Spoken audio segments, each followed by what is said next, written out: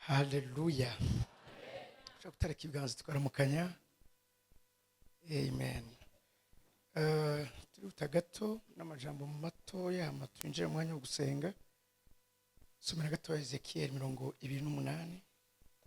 Umunsi ndashaka kuvuga kimwe mu kiba iyo turiko turagwana intambara z'ibicaniro ko ariho amatransaction twanka nari babwiye kwa ejo ko satani nta vyiwe afise byo gutanga misi yose ari ikintu yama akenera kugira ngo ashobore kweshanja benshi muri ngaha nivyo biri kubera babako bamwe muri victime yuko bamaze kubatanga a monnaie d'échange ko nta kintu satani akora niyo system akoresha.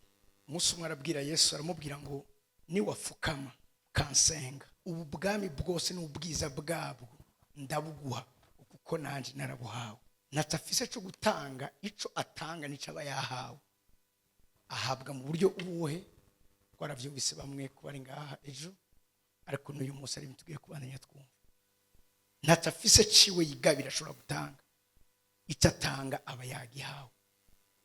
Bamwe baragenda bakamusaba ubutunzi agatwara ubwenge bw'abana babo. Kama wumva misi yose ugeze imbere y'ikibazo canke imbere y'ivyigwa migraine n'ubwenge bwabo ariko barakoresha. Aravuga ngo ni wafukama sitito posterne ni wemero kancira bugufi nico bakora ndaguha uko ukungenda bigenza ndumuvunjaye urazana nkaguha turahana hama baje hari ibindi banyemereye mfata ivyo nakire kuri bari nkabitanga ngaha arababwiye ntaco tuvuga kitanditswe mu ijambo ry'Imana. Ibi biri mu vyo Imana yahoye satani biri mu vyatumye Imana igeseza satani n'uyu munsi gikogwa kibabaza Imana cyane kuko abantu babaho ubuzima batabwiza kubaho ivyo twako turabona ngaha ejo. Imana shimo cyane. Bashaka kudusomera 28:16 turasoma mu izina rya Yesu Kristo. Ezekiel 28:16 ibitayega by'ibidandazwa vyawe vyatumye wuzura umuryango. Ibitayega by'ibidandazwa vyawe vyatumye wuzura umuryango. Hano Imana ikivuga satani ngo ibitayega by'ibidandazwa vyawe mucongereza ngo by the abundance of your trading. Hano vuga ngo you are in so much in buying and selling. One gets uri mu vyo kugurisha no kugurisha no kugira iki no kugura.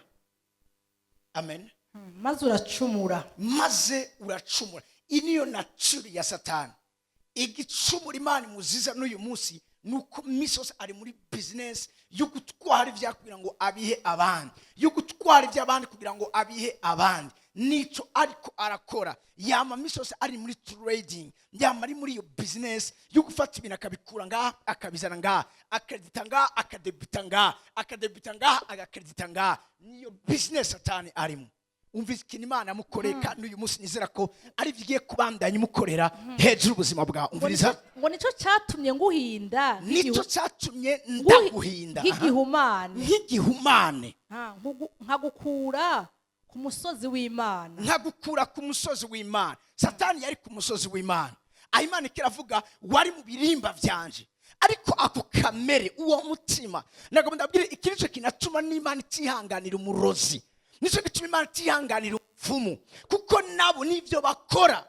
Narababwiye aho nagiye numvise ari karahamagara usoma ngo bamuhamagara y'abavyeyi ngo reka dutabaze abavyeyi. Umunsi umwe nagiye muri pesere ngiye kura mudamu mugenzi bari bafungiyeyo sasanga ari umugore muri Mozambique yakorose ku rutaro ageze muri kampu yenzi zarasi ngena bandanye atagwa harya baramufata bagiye kurabaza gusanga ku rutaro yarariko hariko udukonjo tw'umwana hamwe n'uturenge baravuga ati umuntu si umuntu mwiza baramufunga.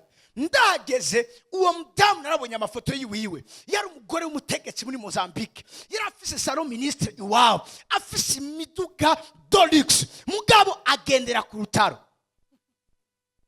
Hama uwo mugore bari kumwe mugenzi ndamubaza none azova ngaha gute ko yakorose arambwira ngo icyo kibazo naze nakimubajije, yanyishuye ngo araza kugerageza arabe ko yohamagara abandi baza kumuha renfort. Ati hatabonetse iyindi myuka yindi ntashobora kuva ngaha. None nta passport afise, nta visa afise, nta laissez-passer, uwo muntu yosohoka mu gihugu gute? Reka twegegwe imbere gatoya. Nehemiya 4:14. Nehemiya 4:14. Haravuga ngo Nehemiya 4:14 n'urupapuro rw'551 mu isezerano rya kera. Mbitegereje mva hasi mbarira abakuru n'abaganza n'abandi bose, ntimubatinye mwibuke umwami Imana ahambaye ateye ubwoba, ahambaye kandi ateye ubwoba. Birenze y'icyongereza ivuga ngo imprint him in your mind. Ivyo mubishire mu bitekerezo byanyu yuko uri mu ruhande rwanyu arakomeye cyane kuruta uri mu ruhande rw'abansi banyu. Ivyo muvyinjiza indani muri mwebwe bibuzure, hanyuma ikiza kiba n'igiki. Niyo operation musubiye gukora. Komeza. Yahambaye ateye ubwoba, mugwanire bene banyu. Icambere mbara umuntu nanje ati gwanira bene wanyu. N'abahungu banyu. Tugenda bukebuke tugwanira bene wanyu. Gwanira bene wanyu. None ko amaze kwinjiranwa twarabonye ejigeni Imana ivuga ngo muri mwebwe ntazabonekemo umuntu w'umurozi, umupfumu, abagira ibintu byo kwabura, abaspiritiste n'abandi bijya ibintu by'amanimeroji bagira karamu kiganza cyawe, barya abantu bagira amavoyance, abo mu muryango wawe ntibabemo kuko bamaze kubaho deja mwamaze kwinjiranwa. Ikize gisabwa n'igiki niki kintu Nehemiya ari karavuga. Haravuze mwibuke umwami Imana yanyu ahambaye kandi ateye ubwoba. Ikizo tugiye gukora ari hejuru y'ubwami bwose. Hama mugira iki? Mugwanire bene wanyu. Narivuze mugwanire bene wanyu. Mbara umuntu wanje ati akira umutima wo kugwanira bene wanyu. Hallelujah. Kuko listen, namatiko ndababwira ibiba ngaha muri nose bibazwa umuntu. Amazuru n'amazuru yuhoraho, ariko isi yayihaye umwana w'umuntu. Numva ameni ya muri kino kibanza. Iyo Satani akeneye gukora, akenera umuntu mu muryango wawe. Cyo kimwe nuko Imana ikeneye gukora, ikenera umuntu mu muryango wawe. Ezekiel 22:3 havuga ngo narondeye muri bo umuntu yoshobora guhagarara imbere yanjye mu kirengero agasanura uruzitiro, ariko ntabwo nabonye. Nicyo cyatumye ndabarigatisha umuro wanje w'inkazi kubera iki narabuze umuntu. Ariko ndafise ivyizigiro muri kino kibanza yuko mu muryango wawe hariho umuntu. Baba nusiri ko baringaca nkibatashe. Narivuze ngo ndashimana ko mu muryango wawe hariho umuntu. Harabonetse uwo Satani ashaka ngo abagwanye ngabo, hari undi Imana igiye kuronka kugira ngo nawe imugwanye. Vuga cyane ati uwo muntu ni jewe. Ni ngiye kugwanira bene wacu. Ni ngiye kugwanira umuryango wanje. Ni ngiye kugwanira isengero ryanje. Ni ngiye kugwanira igihugu canje. Ati ngiye kugwanira urunganwe rwanje. Ibyo Satani yakoze mu gihe cyahise ntazokongera kubikora kuko ngiye kumugwanya. Hallelujah. Hallelujah. Wow. Mugwanire bene wanyu n'abahungu banyu n'abakobwa banyu n'abagore banyu n'ingo zanyu. Umurongo wanyu matse dusenga. Zaburi 106:23. Bituma ivuga ko izobahonya. Iyo ni Imana avuze. Tugende bukebuke haba mwumvirize uburyo uri umuntu adasanzwe. Uburyo uri umuntu ashaka gutuma ibintu byari byateguye gukogwa naho yo bari Imana. Hano ushaka kuvuga ani Imana yishize ndashize mu vy'imhemu. Umuntu wenyine ashaka guhagarika activité spirituelle ngaha muri nose n'umuntu. Murabe neza kino kintu. Ndiko ndavuga kuri Satani wo vyumva. Mugango ndabihindukize gato ndabijane ku Mana. Nivyo Imana yavuze kizokora umuntu ashoye kubibuza. Iyo amaze kuba intambara z'ibicaniro iki gihe birahinduka. Si vya bindi mumenyere vy'amasezerano Imana hamaze kujamo intambara z'ibicaniro. Bivuga ngo intambara z'imyuka. Hano umuntu ni wafise ukungena ashobora gutransha. Umviriza. Ngo bituma ivuga ngo kwizobahonya. Imana yaravuze iti nzobahonya Kandi iba yarabahoneje. kandi iba yarabahoneje. N'igiki cyatuma Imana ivuga kibahonya ariko ntibahonye hari cyabaye. Wiyaba Mose watoranijwe nayo atahagaze imbere yayo mu gihengeri kugira ngo asubize inyuma uburake bwayo yoye kubahonya. Amen. Washaka kumira amashi menshi ijambo ry'Imana.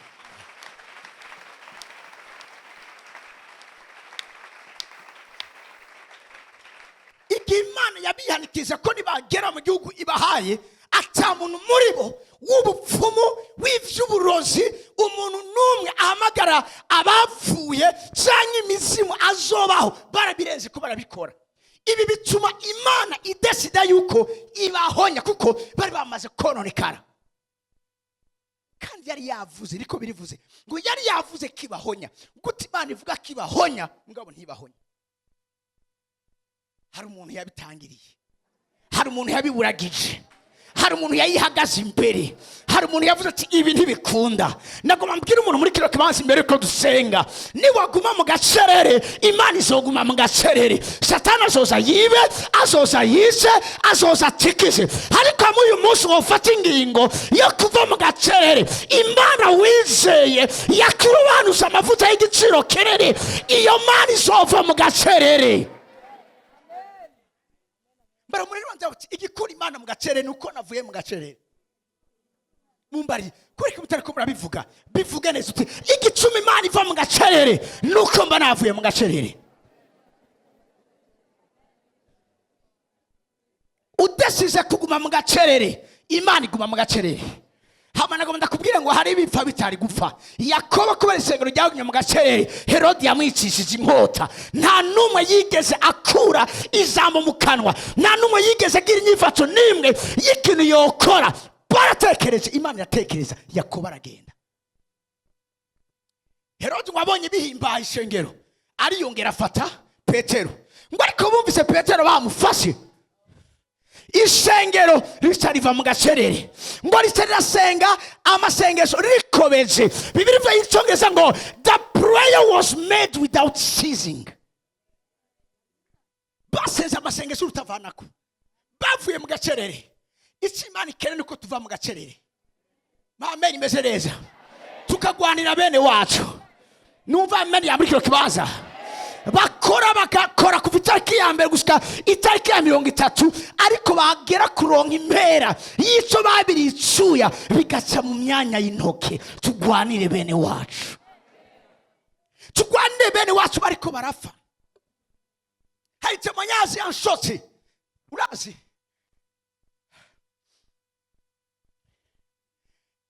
ukungene Satani akora. Iyo afise umuntu wiwe mu muryango abameze nka antene, abameze nk'igicaniro, uyo muntu Satani yemera kapfa atararonka umusubirira. Muri no misi afise tadusiga igikorwa cy'abantu bakira amabanga yo gusubirira abapfumu batabizi. Afise umumama umupasitori dukorana afise imyaka mikeya. Satani yadesize yuko ari wasubirira umupfumu mu muryango yaravuza imiti. Hamara avyanse ayo madayimoni ntigeze amuha gahengwe kugeza igihe twahuye nkamubohoza.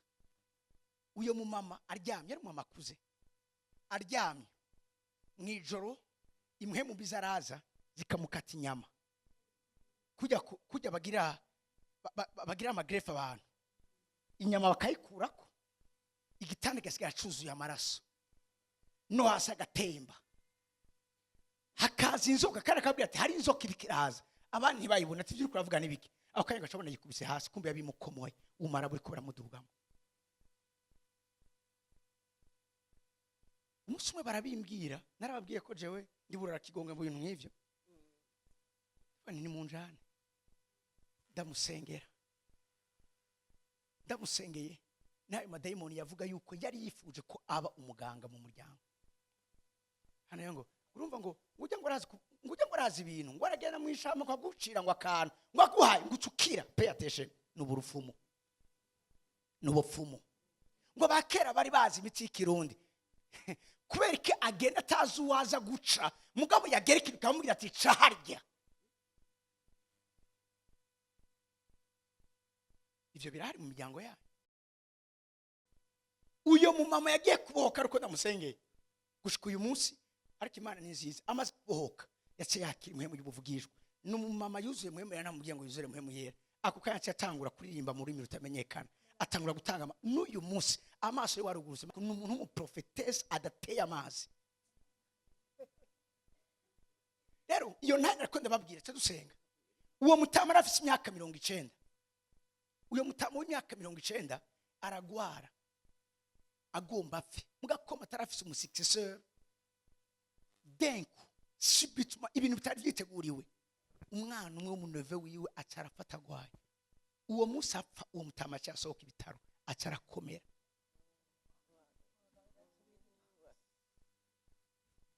Mwavyumvise yari kumfiro mugabo kubera ko atari bwigere apasa umutamana hagira undi azoza kubikora nicyo gituma igicaniro gipfa gupfa icyakozwe hatabonetse igisambura kiguma n'ubundi kigira amareklamation. Ibi no mu buryo bw'Imana birabaho. Yakobo yaje aryama ahantu i Beteli ahageze atora ibuye arisegura ako kanya ijuru riruguruka abona mareka baduga abandi bamanuka abona ivyagiye ku ntebe akangutse mu gatondo avuga ngo sinanamenye kahantu ari porte des cieux ari umuryango w'ijuru ariko aho hantu kuri chapitre 12 Aburahamu yari yaciye aho bakiruhora igicaniro. Yakobo arazima y'imyaka myinshi ahageze aho hantu aba en contact na n'ijuru n'ivy'imhemu. Nicyo gituma uburyo bwiza bwo kugwanya ibicaniro listen sukwikingira we gusa no kubisambura. Utagisambuye kizokoma kiriko kiravuga kizokoma kiriko kirareklama birashobora kurengana wewe kigategera kurunganwa rundi ruzokurikira. Uwo mutama ari kumfira agomba apfe wacapfa ubundi ako kanya umunsi umuje nafa tama yaronse yarekipeye zomezi za wa musore atara soka ibitaro. Ibi vyama vyaba hari abantu bapfa batari gupfa. Wowe umbwira gutigera Yesu abwira ba Petero ngo Satani yabansavye ngo abagosore. Ikico twita reclamation yarabibwiye Yesu ambwira ati bampe ndashaka kubagosora. Yesu aramubwira ngo ntibikunda. Asabwira Petero ati Satani yabansavye ariko wewe nagusengeye kugira ngo ushikame niwamara gushikama ucushikamisha abandi. N'uyu munsi ayo mareklamation arahari. N'uyu mwanya ndiko ndavuga deja ndiko ndabona abantu babaye reclamé muri kino kibanza. Ariko Imana ishimwe kutapfuye utaragira muri nosomene ntugipfuye mu izina rya Yesu ntibikibaye mu izina rya Yesu. Amen. Imeze neza muri kino kibanza. Ibyo Satani yari yarapanze ntibikibaye. Narivuze ngo ntibikibaye. Imigabo yose n'imigambi yiwe uyu munsi uragiye kuyiburagiza. Ntibikibaye. Siwe uzopfa sabi wanyu bazopfa. Uyu mwana ugiye kubagwanira nibo bagiye kuza mu gishingo sivyo bari bateguye. Amasi menshi ku mwana w'abami.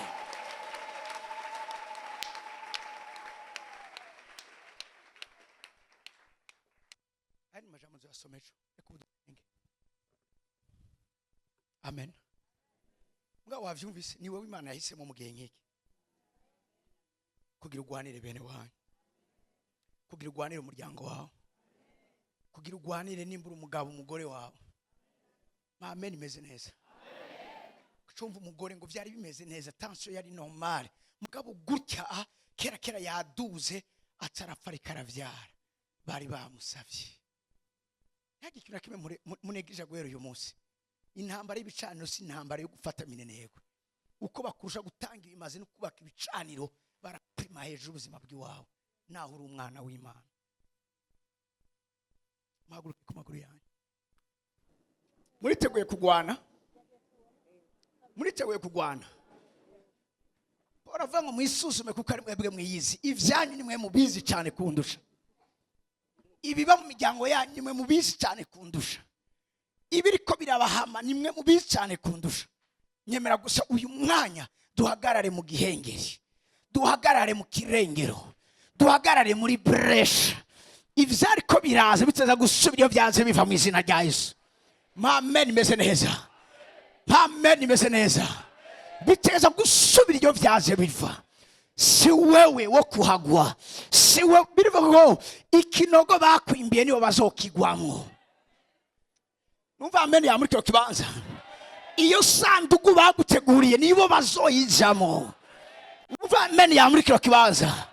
Kuko uyu munsi uragiye kuva mu gaserere, uragiye kugwana intambara y'ibicaniro. Ni wowe ugiye gutransa, ni wowe ugiye kuvuga icyo Imana igiye gufatirako kugira ngo ikore ibidasanzwe hejuru ubuzima bwawe. Amen yanyu muri kino kibanza. Amen yanyu muri kino kibanza. Icyo ndagusaba barura kigongwe. Heza aravuga ngo ivyo bintu ni ivyawe. Sete feto ho garde. Nuswe kuvuga ngo ni ivy'abandi, biraba wewe. Haguruka kuko ari ivyawe. Sira kubikore, natwe turi kumwe nawe. Treko boshata ramasete. Roma kabasiva rimazo vuvais.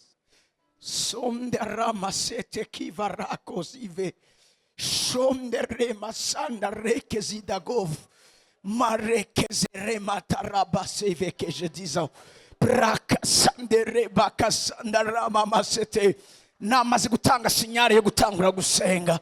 Remasonde brakazekezevoshia. Mu masengesho yawe gwanira ubugingo bwawe. Fight for your life. Gwanira ubugingo bwawe. Fight for your family. Gwanira umuryango wawe. Gwanira ivyawe. Gwanira umugabo wawe. Gwanira umugore wawe. Gwanira uruvyaro rwawe. Gwanira abahonke n'abatante bawe. Gwanira abakuze n'abakuzine bawe. Gwanira abo wita abagenzi bawe. Gwana. Satani akongera kuza kukwiyandagazako. Gwana uyu mwanya. Uyu mwanya turagiye kwanira amareklamasyo yose yasabwe gushika ino tariki. Amareklamasyo yasabwe mu myaka ya 70. Uyu munsi uragiye kuyanira. Amareklamasyo yasabwe mu myaka ya 80. Turagiye kuyanira mu izina rya Yesu. Amareklamasyo yasabwe mu myaka ya 90. Turagiye kuyanira mu izina rya Yesu. Amareklamasyo yasabwe mu 2000.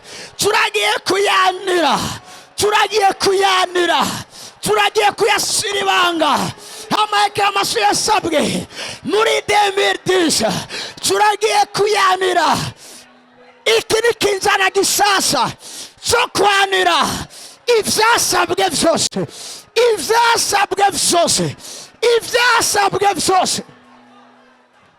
Senga. Hari indwara urwaye atari indwara, ariko ari efe y'ibishaniro, ari efe y'amareklamasyo. Ibimazi vyose vyasabwe uyu munsi bigiye gusigwa ku iherezo. Abasabwe bose uyu mwanya uyu munsi n'izina rya Yesu Kristo, n'izina rya Yesu Kristo. Boka.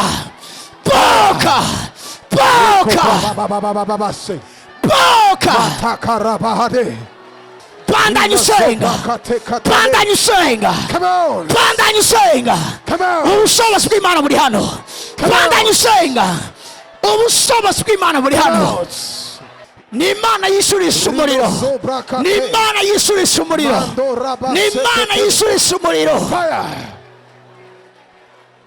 Fire.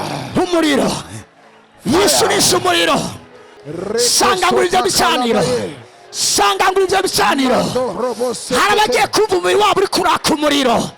Hari umuriro uri kuratongoza ibicaniro. Komeza usenga. Turabisambura. Roma diva rekezekete. replika ku bitero bawose bagutera, replika nawe ataka mu izina rya Yesu, mu izina rya Yesu. Dawidi abwira Goliyati ngo aze kungwanya witwaza icumu, ariko nanze kukugwanya mu izina ry'Uhoraho Imana ya Israeli basokoye. Amezi 3 y'ubuzima nibo ndayahaye mu izina rya Yesu Kristo. Ahari kuzika imazi cyawe icyaba ariho cyasubira ubu nyene mu izina rya Yesu. Boka mu izina rya Yesu. Hallelujah. Reka saba gacere gatowe. Yes, Lord. Tukiri muri mwemo nyene. Ari vy'Imana ikirambwira. Shaka ko tubisengera.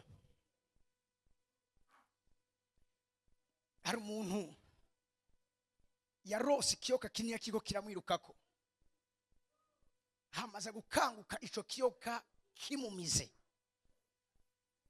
Uwo muntu ndamukenenga. Hari n'undi muntu ndiko ndabona umusuma wahonyoye amagi utayabonye, wiro tuvonyoye amagi. Nabonye mu buryo bw'imhemu ayo magi atari amagi y'inkoko, nabonye yari amagi y'inzoka, kandi kuva uwo munsi ariho connection yabaye. Uwo muntu nabo ndamukenenga. Harayani marekera amaso yandiko ndabona ku mfura ziri ngaha, ukaba uri imfura uri ngaha, ukaba uzi neza yuko hari ibintu bikunze kugushikira biri bizarre. Ivyo nimwe vyerekana ko arorekera amasiri kuri wewe, nawe ndagushaka ngaha. Hari undi mama wundi ndiko ndabona yabuze umwana we w'imfura kuva uwo munsi n'uyu munsi ntarasubira mu kibanza yararimo. Uwo mwana umbabare ndakubwira yuko icyo cyabaye ikimazi. Nawe uyu munsi nuko umunsi wo kuboka kwiwawe ndagukenenga. Ejo Imana yambwiye umuntu yagiye ahantu arya inyama, ariko muri izo nyama yariye kuri iyo brochette hari inyama yari yoroshe cyane. Iyo nyama Imana yambwiye ngo ntiyari inyama y'impene, bayivanzemo inyama y'umuntu. Uyo muntu kimenya amenya gushika uyu munsi aguma ari kararibwa mu nda. Hari ibintu mengo byama biriko biratembera mu nda. Uyo muntu ndamukenenga. Wino munsi wo guca urubanza, n'uwo munsi uriyo nyama warumvise ko hari ikintu kibaye. Burya iyo umuntu yinjiye en contact n'ikintu cy'umwuka aravyumva.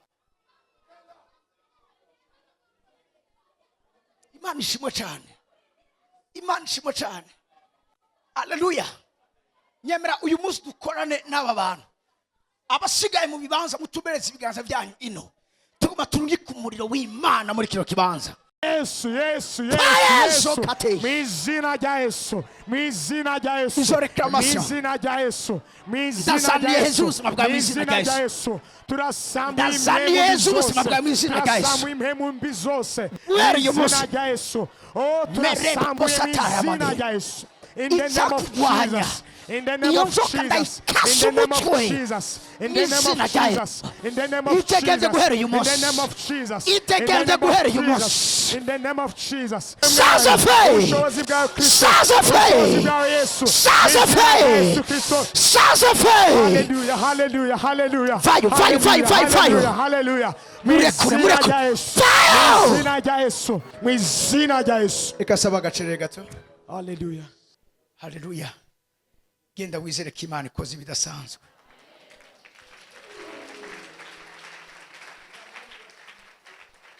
Hallelujah. Hallelujah. Mwisi mhemu numvise amaborogo menshi n'akamo kenshi. Imana irambwira ngo mu bwami kwa Satani hari umubabaro mwinshi, hari agahinda kenshi, kuko ari ivy'Imana ikirakora. Amen. Harawe yadisize ko arayishe, arateguye ko yica. Hari umwana w'umukobwa hari yameje gusengera, yarasigaje amezi 3, habose Imana ikiraba mushikura Satani. Hallelujah. Bandanyige nusenge, ejo zaturinga kandi. Amen. Imana ikirakora. kandi ubuzima bwawe bugiye guhinduka burundu mu izina rya Yesu. Amen.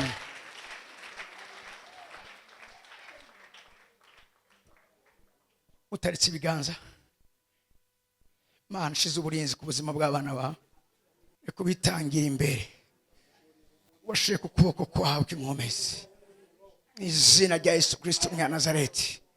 Mana ubandanye gukora ibidasanzwe mu buzima bwawe, iyo Satani yatwaye abigarukane mu izina rya Yesu Kristo, maze akanwa k'abasavyi n'abasavikazi bawe kuzura indirimbo y'ishimwe mu izina rya Yesu Kristo.